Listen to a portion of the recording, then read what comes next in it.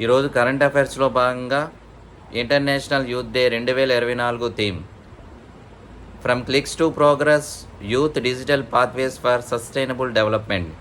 Digital టెక్నాలజీని యువత అందిపుచ్చుకోవడంలో ఈ థీమ్ని ఎంపిక చేసిందండి. 1999 ఆగస్టు 12 నుంచి ఇంటర్నేషనల్ యూత్ డేని నిర్ణయించిందనమాట. ఎంపాక్స్ అనే డిసీజ్ని గ్లోబల్ పబ్లిక్ హెల్త్ ఎమర్జెన్సీగా ప్రకటించిన హూ.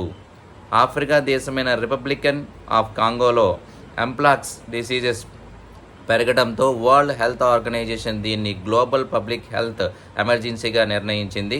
స్వీడన్, పాకిస్తాన్ దేశాలలో ఎక్కువగా ఈ కేసులు పెరుగుతున్నాయి. అమెరికా భారత రాయబారిగా వినమ్ మోహన్ క్వాత్రా బాధ్యతలు అనేవాళ్ళు చేపట్టారండి. గత రాయబారి తరుణ్జిత్ సింగ్ సంధు స్థానంలో కేంద్రం ఈయన్ని నియమించింది. 2022 మే 1 నుంచి ఏడాది జూలై 14 వరకు భారత విదేశాంగ కార్యదర్శిగా క్వాత్రా బాధ్యతలు చేపట్టారు.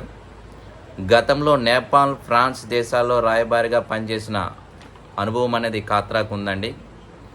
నిబంధనలను అతిక్రమించినందుకు CSB, union bank of India, Muthoot ఫైనాన్స్లకు భారీ జరిమానాను విధించిన ఆర్బీఐ. సిఎస్బికి 1.86 crores, యూబీఐకి 1.06 crores, ముతూట్ ఫైనాన్స్కి అదేవిధంగా నిధోకిమ్ ఫైనాన్స్కి 5 లక్షలు, అశోక్ వినియోగ లిమిటెడ్ సంస్థకు 3.1 lakhs వరకు కూడాను భారీ జరిమానాను విధించింది.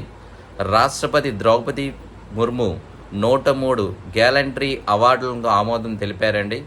వీటిలో 4 కీర్తి చక్రాలు, 18 శౌర్య చక్రాలు కూడా ఉన్నాయి. కీర్తి చక్ర అందుకున్న వారిలో ఆంధ్రప్రదేశ్కు సంబంధించి శ్రీకాకుళం జిల్లాకి శ్రీ నల్లా రామ్ గోపాల్ నాయుడు గారు ఈ పురస్కారాన్ని అందుకున్నారు. సో ఈ కార్యక్రమాన్ని చూస్తున్న వాళ్ళందరూ మా ఛానల్ లైక్, షేర్, సబ్స్క్రైబ్ చేస్తారని, మరికొన్ని విశేషాలతో మీ ముందుకు వస్తామని మనస్ఫూర్తిగా కోరుకుంటూ మీ నీట్ కామేష్.